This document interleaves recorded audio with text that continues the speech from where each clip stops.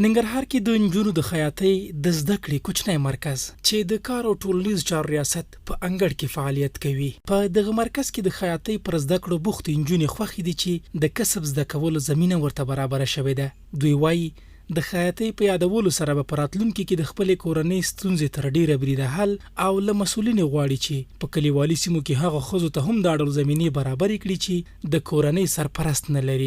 زه دلته ډیره خوشحاله یم د دفتر والا نه چې دا زمینه یې موږ ته برابره کړل ده او موږ پکې زده کړې کوو. ډېرې زده کړل دي خو د شپږ میاشتې د درې میاشتې کې هم ښه زده کړل دي خو د درې میاشتو کې به نور هم ښه زده کړو. دا شپږ میاشتې چې پوره شکریه بیا په دې ښوونیز مرکز کې ښوونکې ده. وایي په هره شپږ میاشتنۍ دوره کې 15 تنه نجونو ته د جامو ګنډلو کسب ور زده کوي.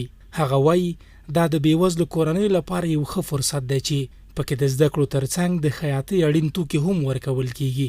دلته چې دی 15 شاګردان لرم او د 15 شاګردان چې دی شپږ میاشتې ورته زه د خیاطۍ درس ورکوم او اوس فعلا چې دی د دوی 3 میاشتې تېرې شوې دي، یعنې دا درېیمه میاشت ده او کله چې دوی د دې ځینه فارغه شوه ورسره دوی ته چې دی ماشین او سره د میز قیچی او تو دغه شیان موږ ورته ورکوو.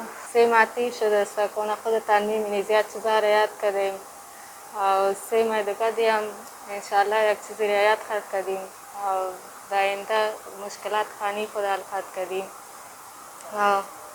ما از دفتر می‌طلبیم که امیت زمینه را به دغه فارم برابر کنه. د ننګرهار د کار او ټولنیز چارو ریاست مسؤلین وایي اسلامي امارت ښځو ته د کاري زمینې برابرولو برخه کې ژمن دی. دوی وایي په تیر یو کال کې 1914 تنه په بیلابیلو برخو کې فارغ کړي چې یوازې 1414 تنه یې ښځینه دي. تقریبا موږ بیا ټولو 1512 تنه په دې کې موږ اوس فعلا هم په دې کې مصروف دي او چې په دې کې 815 تنه ښځینه دي او 940 تنه دا پکې نارینه دي. مختلفې حرفې دي چې په هغه کې خیاطي ده، خامکدوزي ده، سلمدوزي ده.